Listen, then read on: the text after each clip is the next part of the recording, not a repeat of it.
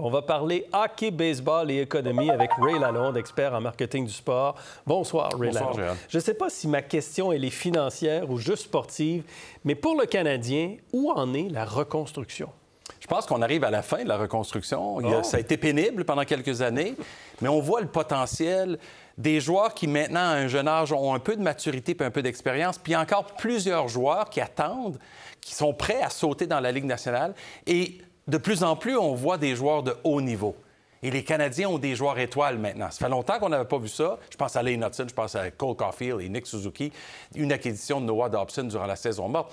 Alors, il y a beaucoup de raisons pour les gens au Québec d'être fébriles à la veille d'une nouvelle saison, mais ça demeure une division, Gérald, très compétitive. Tu as les champions de la Coupe Stanley, tu as les Leafs, tu as les Lightning de Tampa Bay, les Bruins de Boston et les Sénateurs d'Ottawa qui, eux aussi, sont en reconstruction. Beaucoup de parité dans le hockey. Est-ce que le rachat de la dernière année du contrat de Carey Price par les Sharks aide le Canadien à améliorer l'équipe sans défoncer son plafond salarial? Bien, c'est un peu comme le dossier de Connor McDavid, qui signe pour 12,5 millions de dollars quand on sait très bien que c'est le meilleur joueur de la Ligue. Et qu'il aurait pu avoir qui aurait pu avoir 18 à 20 millions, de façon à laisser son équipe utiliser cet argent-là pour renforcer certains éléments. Alors, l'argent économisé sur le contrat de Carey Price, une portion de ça va alléger le plafond pour eux et donc donner un peu d'argent libre pour dépenser pour une acquisition future, peut-être à la veille des séries cette saison. Peut-être comme Sidney Crosby, par exemple. Exactement, qui pendant longtemps a été beaucoup moins payé que le meilleur joueur de la Ligue nationale, même si lui avait un statut comme ça,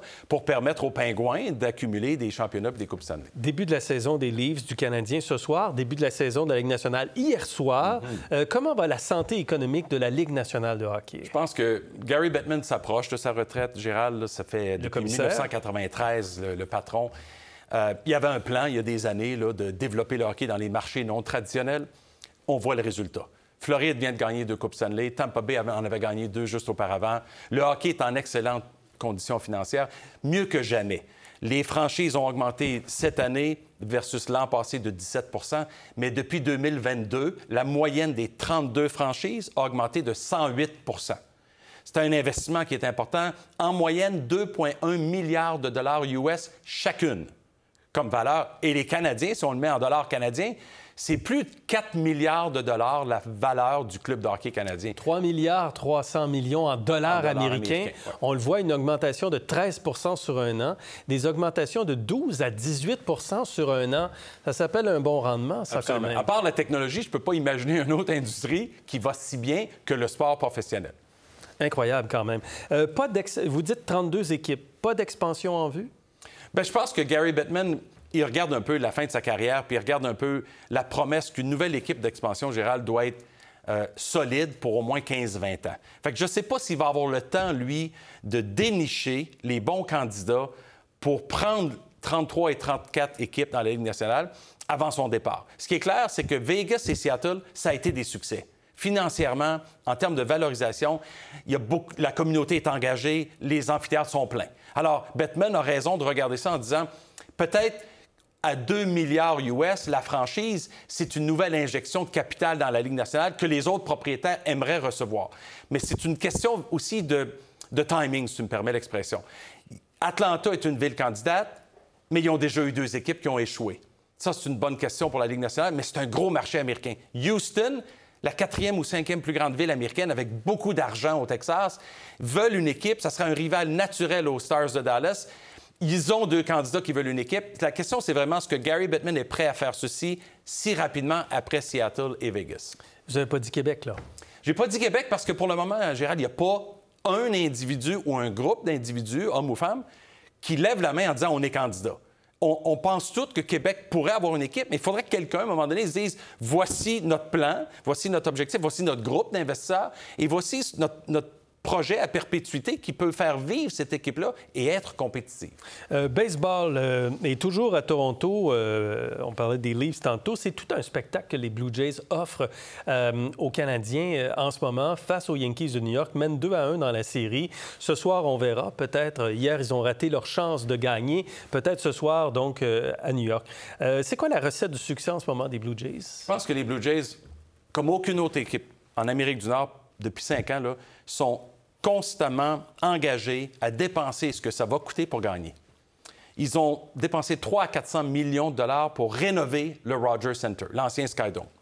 Ils ont dépensé 150 millions de dollars US pour se faire un centre d'entraînement des plus modernes à Dunedin, en Floride. Ils sont 5e dans la masse salariale du baseball majeur à 255 millions US par année avec l'équipe qu'on voit là. Juste derrière les Dodgers, les Mets et les Yankees. Ça te donne une idée de l'investissement. Rogers, comme propriétaire du club, veut gagner à tout prix. Les poches profondes. Les poches profondes, ne ménagera aucun effort pour essayer de gagner la Série mondiale. Alors, ce qu'on voit, c'est l'aboutissement, finalement. Une équipe qui mène la série contre les Yankees, qui a une chance d'aller loin. Je ne veux pas les jinxer, comme on dit, là, mais ils sont très compétitifs, puis on voit vraiment le rendement. Puis il y a toujours 45-47 000 spectateurs au Rogers Center pour chacun des matchs. Dans cette série-ci contre les Yankees, l'avantage, si jamais il y avait un 5e match décisif, ça serait à Toronto, devant la foule des Blue Jays. Des Blue Jays. Et donc, l'espoir de la Série mondiale, ce qui serait une première en plusieurs années quand même, là, rapporterait énormément à une ville comme Toronto, puis même au Canada, parce que c'est quand même la seule équipe canadienne. C'est notre équipe nationale, pareil comme les Raptors, si on veut. Il y a une seule équipe, mais c'est l'investissement en publicité durant les séries qui est tellement valorisé. Quand tu es en série, même quand les Canadiens ont joué au printemps dernier 5 matchs contre les Capitals de Washington, on a vu les audiences pour TVA Sport qui ont augmenté en flèche. C'est ce qui a aussi coûté à TVA Sport, depuis des années où les Canadiens n'étaient pas en série, l'occasion de capitaliser. Alors là, les Blue Jays allaient en série mondiale, le Canada entier serait derrière eux, les cotes d'écoute augmenteraient, donc les revenus publicitaires viendraient rentabiliser cet investissement. Je mentionne que Mark Carney a même dit ça à Donald Trump hier dans sa rencontre en disant hey, « On est descendu ici parce qu'on vient chercher la série mondiale. » OK, merci Ray. Merci, très intéressant.